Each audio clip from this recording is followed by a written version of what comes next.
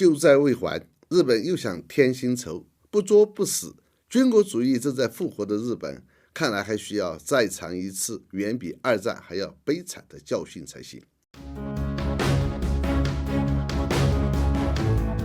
大家好，欢迎来到罗富强观察室。本期我们聊的话题是无偿支援伙伴国家军队，日本推出最新对华军事大动作，必须警惕。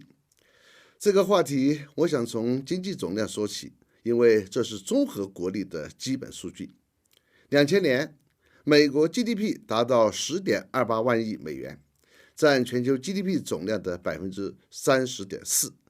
日本为 4.89 万亿美元，占比 14.6%。居世界第2位，中国为 1.2 万亿美元，居世界第6位。那时候，美国是中国的 8.5 倍，日本是中国的4倍。到了2010年，美国的 GDP 总量是 15.05 万亿美元，日本为 5.76 万亿美元，中国则达到 6.09 万亿美元，美国是中国的 2.47 倍。这一年，中国经济总量首次超越日本，成为全球第2，值得我们永久纪念。到了2022年，日本反而下降了， GDP 总量只有 5.1 万亿美元，中国则到了 16.86 万亿美元，美国到了 22.94 万亿美元。中国是日本的 3.3 倍，美国与中国的差距缩小到了 1.36 倍。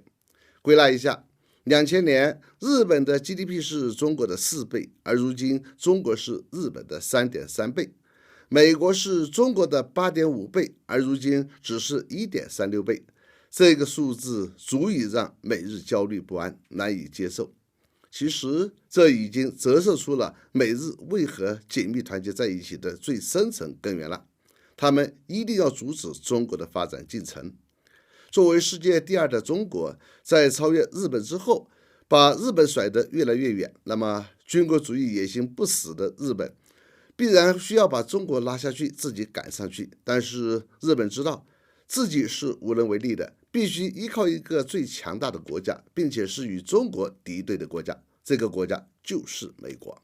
而美国更是紧张和焦虑，这就像一场长跑比赛一样，本来远远落后在自己身后的中国，不断超越前面的选手，追到了自己身后，差距正在快速缩小，自己被超越只是时间问题罢了。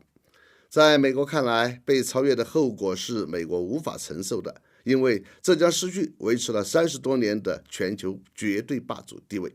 因此，美国必须利用日本的反超需要，利用自己2战至今对日本的事实控制权威，联起手来一起对付中国。首先是联手遏制中国，其次是要设法把中国打垮。从小泉纯一郎开始到安倍晋三，日本一改中日建交以来合作友好政策，开辟了一条与中国对抗的道路。岸田文雄上任以后，美日勾连共同对抗中国步入一个新高峰。去年12月，日本内阁通过了国家安全保障战略，与美国的3个战略安全文件相呼应，明确把中国视为对日本构成系统性威胁的国家。为了落实这一战略，4月1日，日本政府多名人士透露，日本政府将以改善日本的安全保障环境为由，推出一项无偿支援伙伴国家军队的合作机制。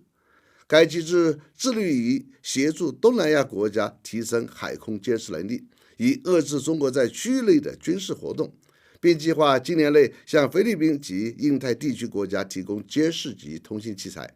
据悉，新设的无偿资金合作机制名为政府安全保障能力强化支援，致力于向拥有民主与法治等共同价值观的志同道合国家的军队提供装备和物资器材。报道声称，考虑到中国在东海和南海加强军事活动，日本此举意在直接支援东南亚国家的军队，以提升对华遏制力。看看，这不就是在配合美国对华包围圈的新时代战略吗？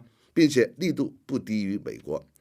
救灾未还，日本又想添新仇，不作不死。军国主义正在复活的日本，看来还需要再尝一次远比2战还要悲惨的教训才行。好，本期话题就到这里，我们下次见。